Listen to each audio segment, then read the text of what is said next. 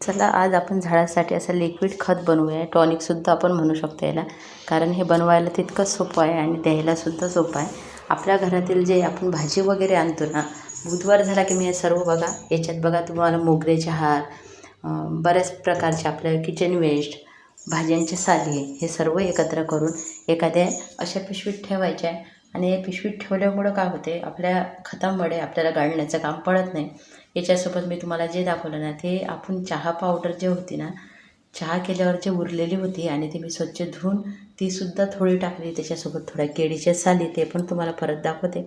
हे सर्व एका पिशवीमध्ये असं भरून घेतलं आणि असं केल्यामुळे आपल्याला छान असं लिक्विड खत टॉनिक झाडांसाठी तयार होणार आहे. आणि याच्यामध्ये एखादा लोह असन, लोखंड असन, त्याचा आपण एखादा खिळा तुकडा टाकल्यामुळे आपल्या झाडाला लोहसुद्धा मिळते. आणि अशा घरगुती खतांचा उपयोग मी बागेमध्ये करत असतो. किचन वेस्ट वेगवेगळ्या पद्धतीने उपयोग करत असते. आणि आता हे 3 ते 4 दिवसातच तयार होते, कारण गरमी आणि उन्हाळा असल्यामुळे याचा अर्क उतरला पाण्यामध्ये की मी झाडांना देणार आहे. बघा आता ह्या आहे आपल्या केळीच्या साली आणि हे आहे आपले चहा पावडर जे यूज केलेले आहे. हे सर्व एकत्र टाकल्यामुळे चहा पावडरमध्ये नायट्रोजन आणि केळीच्या सालीमध्ये असे बरेच गुणधर्म असते की ते आपल्या झाडांसाठी छान उपयोगाला येतात. म्हणून हे सर्व अशी फुतंडी बांधून घेतली. याच्यावर एखादी ईंट ठेवणार आहे वरून, म्हणजे ते छान असं राहील. आणि नंतर बघा पाणी भरून घेते पूर्ण आणि तयार झाल्यावर तुम्हाला पुढे देतानासुद्धा दाखवते झाडांना. उन्हाळा असल्यामुळे सर्वात पहिले तर ही काळजी घ्या, आपले झाडं वाचतील कसे.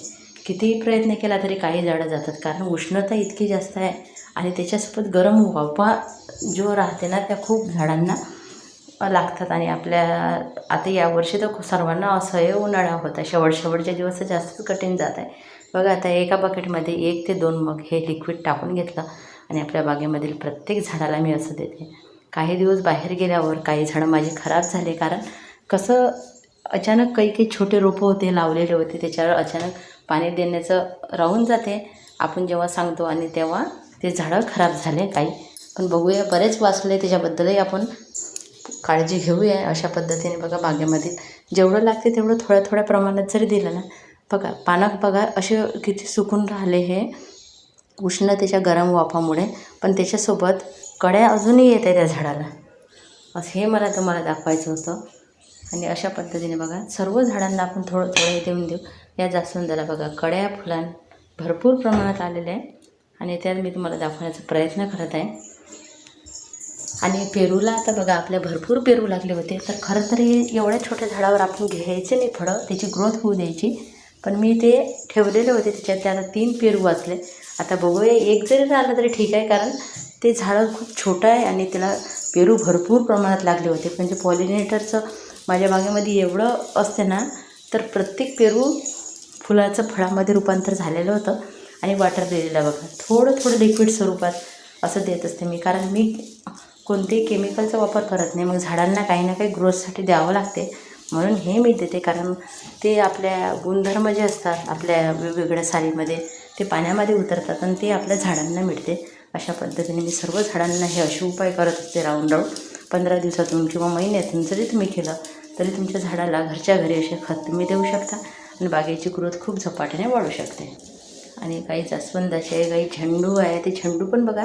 आणि पेरूचं झाड बघा मागे खराब झालं होतं थोडं, पेरूचं नाही, हे याचं चिकूचं पानं, म्हणजे ग्रोथ कमी वाटत होती, पण आता छान टवटवीत झालेलं आहे आणि त्याला छोटे फुलंसुद्धा येत आहे त्याच्यामुळं. आणि रजनीगंधा, निशिगंधा बघा, हे तर खूप बल्ब तयार झाले. यावर्षी मी टोपल्यामध्ये लावले, पण ते अजून जास्त झपाट्याने तयार झालेले आहे. आता या उन्हाळ्यात फुलाची अपेक्षा न करता आपण आपले झाडं वाचले ना, तर आज फक्त 1-2 पाऊस पडले की आपले झाडं खूप छान होणार आहे अजून. त्याच्यामुळं मी तर आता नुसतं पावसाची वाट पाहत आहे. आणि जेव्हापासून बागकाम करते ना, तेव्हापासून मला आहे ना असं वाटते कधी पाऊस येते, कधी माझे झाडं छान अजून सुंदर होते.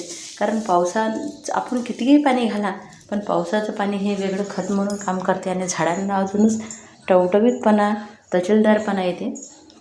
आणि आता बघूया, येईलच पाऊस जवळ, कारण उष्णता खूप वाढली, त्याच्यामुळं यावर्षी जास्त परिणाम होत आहे. आणि बघा खूप छान असं थोडं सगळ्या झाडांना देत असते मी, असं नाही की या झाडाला देते तर त्या बघा आता या झाडांनासुद्धा देते. खूप सुंदर झालेलं आहे माझे जेड प्लांट आणि ह्या प्रत्येक झाडांना मी देते. आता हळूहळू मलाच कळलं नाही एकापासून एवढे कसे तयार झाले. हळूहळू हळूहळू वाढत जातात, कारण की त्याची कटिंग खूप निघते आणि ते लावल्यामुळे अशी झाडं तयार होतात. या पद्धतीने बऱ्याच झाडांना दिलं होतं राहिलेलं, मग दुसऱ्या दिवशी दिलं, कारण एका दिवशी एवढ्या बागेला देणं शक्य होत नाही आणि बाकीसुद्धा कामं असतात, म्हणून दुसऱ्या दिवशीसुद्धा हे राहिलेल्या झाडांना दिलं मी. तुम्हाला आजची माहिती, आजचा व्हिडिओ जर आवडला असेल तर आपल्या चॅनलला लाईक, सबस्क्राईब, कमेंट करा, म्हणजे माझाही ग्रुप आवडेल आणि वाढेल आणि नवीन नवीन व्हिडिओ मी बनवत जाईल तुमच्यासाठी. मी जे बागकाम करते. धन्यवाद.